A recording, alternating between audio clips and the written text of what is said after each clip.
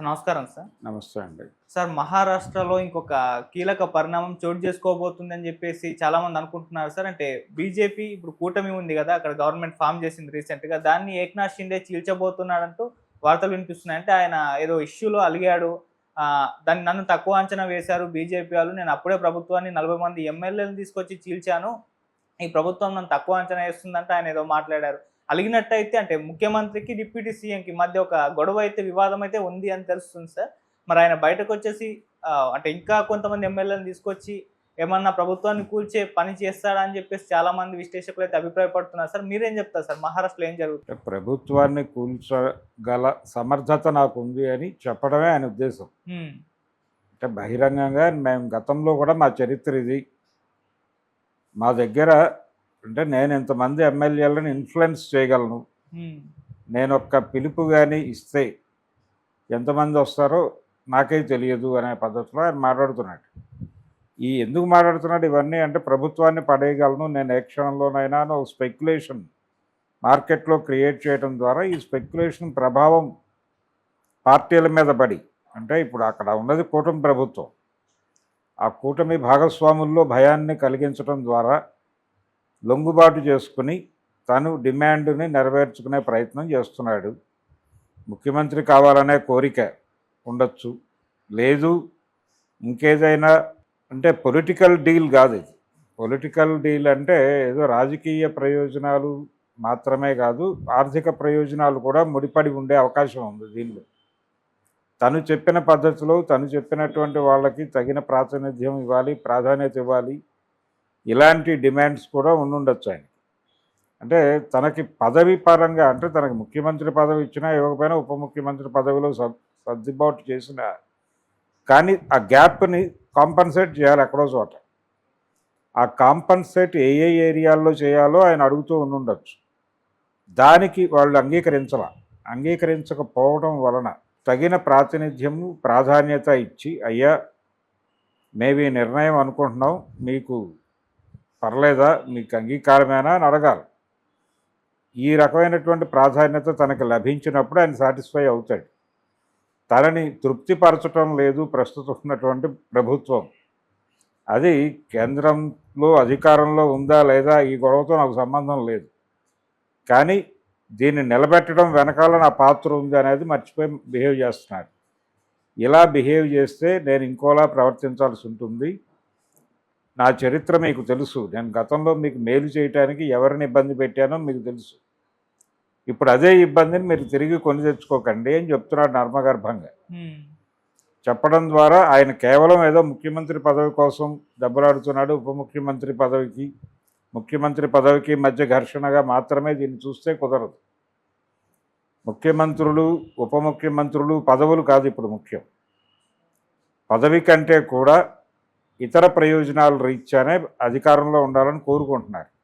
అధికారంలో ఉన్నప్పుడు అంటే దీపం ఉండగానే ఇల్లు చక్కబెట్టుకోవాలనే ప్రకారం అధికారంలో ఉన్నప్పుడే తన వాళ్ళు అనుకున్న వాళ్ళందరినీ సంతృప్తిపరచాలి, అలాగే తన కోటరీని మెయింటైన్ చేసుకోవడానికి తగినటువంటి అవకాశాలన్నింటినీ వినియోగించుకోవాలి.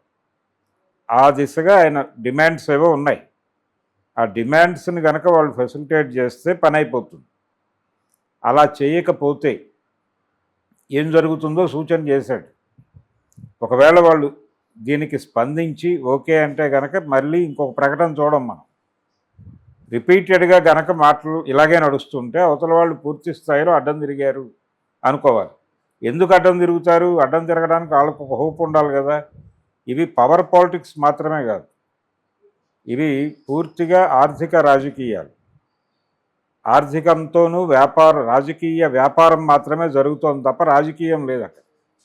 రాజకీయం విడిగా చచ్చిపోయి చాలా కాలం అయింది. రాజకీయ వ్యాపారం చేస్తున్నారు. రాజకీయ వ్యాపారం చేయడానికి పదవులు, అంతకుమించి పదవులతో వీళ్ళకేం ప్రమేయం లేదు. గతంలో ఉండేది, నేను ముఖ్యమంత్రిని అయితే ఈ విధానాలు, ఈ పద్ధతులు అని అనుకునేవాళ్ళు. ఇప్పుడు ఎవరు ముఖ్యమంత్రి అయినా ఒకే పద్ధతి చేయాలి, అంతకు మించి వేరే ఆప్షన్ ఎవరికీ లేదు. వేరే అంటే ఆల్టర్నేటివ్ ప్రణాళికలు అనేవే లేవు. జగన్మోహన్ రెడ్డి అనేవాడు, నేను ఎన్నికల్లో ఇచ్చినటువంటి మేనిఫెస్టో ప్రకారం లేకపోతే ప్రణాళిక ప్రకారం ఏ ఒక్కటి వదలకుండా అన్ని పనులు చేసి అయినా ప్రజలు నన్ను పట్టించుకోలేదేంటి అన్న వాపోయేవాడే. ఇప్పటికీ అదే వాపోతాడు. మేనిఫెస్టోలు ఇవన్నీ కాదు. మేనిఫెస్టోలు ఎవరివైనా ఎలా అయినా రాసుకోవచ్చు, కానీ పరిపాలన ఎవరైనా ఒకేలా చేశారా లేదా? జగన్మోహన్ రెడ్డి పరిపాలనకి, చంద్రబాబు పరిపాలనకి, ఇప్పుడు మహారాష్ట్రలో ఉన్నటువంటి ప్రభుత్వం చేస్తున్న పరిపాలనకి ఏవైనా మౌలికమైన తేడాలు ఉన్నాయా అని కనుక ఎవరైనా విద్యార్థిని అడిగితే పరిశీలిస్తే ఏమీ దొరకవు. ఏవో 2-3 ఇక్కడ కొన్ని సంక్షేమ పథకాలు ఇవ్వగలుగుతారు, అక్కడ ఇవ్వలేకపోతారు.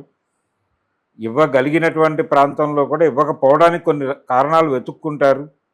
ఇచ్చే దగ్గర ఇస్తారు, ఎక్కడిస్తే ప్రయోజనమో అక్కడ ఇస్తారు తప్ప, ఇది తప్ప మౌలికంగా పాలనకు సంబంధించినటువంటి ఏ రకమైన భిన్నత్వం ఎక్కడా లేదు.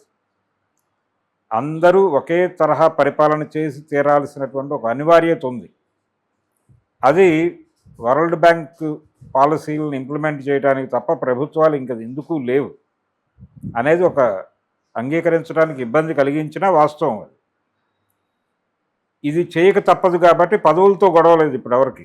షిండేకి కానీ మరొకరికి కానీ ఎవరికి పదవులతో ప్రమేయం లేదు. అధికారం ఉంటే మనం ఆ పనులు చేస్తూ ఆ నేపథ్యంలో ఎవరెవరిని అక్కడ ఫెసిలిటేట్ చేయగలం.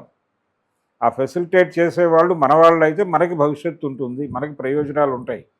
మీకిది మాకది అనేటువంటి పద్ధతిలో వీళ్ళని పోషించే పోషకులు ఉంటారు. వాళ్ళని తృప్తిపరచడం అనేది ఇతని ఉద్దేశం. ఆ తృప్తిపరచడానికి ఒక అన్ని విధాలుగాను ఇక్కడ మాత్రం మహారాష్ట్రలో మాత్రమే కాదు, ఎక్కడైనా మేము అతన్ని చూసుకుంటాం ఇలాంటి భరోసా కనుక భారతీయ జనతా పార్టీ కేంద్ర నాయకత్వం కల్పించగలిగితే ఈయన ట్రావెల్ అవుతాడు. అది డిమాండ్.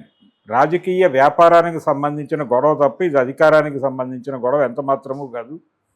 ఆ విషయం క్షుణ్ణంగా తెలియటం వల్లనే షిండే ఎప్పుడూ కూడా నా వెనక 50 మంది ఉన్నారు, నేను 100 మందిని చేల్చగలను, ఈ మాటలే మాట్లాడతాడు. అవి పూర్తి వ్యాపారం. నా డిమాండ్ ఇది అనేది ఎప్పుడు మార్కెట్కి తెలియజేస్తూ ఉండాలి. నా అవసరం ఉంది మీకు, మీ ఏరియాలో మీరు బిజినెస్ చేసుకోవటానికి నాతో ఒక డీల్ కుదుర్చుకోవాల్సినటువంటి అవసరం ఉంది అనే అనివార్యతని నిరంతరం మార్కెట్కి గుర్తు చేయటం అనేది ప్రతి వ్యాపారస్తుడు చేసే పనే. అదే ఇతను చేస్తున్నాడు. అందుకని ఇతను పెడుతున్నటువంటి ఈ గొడవ ఎందుకు పెడుతున్నాడో అందరికీ తెలుసు. ఇతనేదో ముఖ్యమంత్రి కావాలనేది కాదు. తను లబ్ధి చేకూరాలి, తన వర్గానికి లబ్ధి చేకూరాలి. చేకూరటానికి ఎవరెవరు ఏమేం చేయాలో అవన్నీ చేయాలి.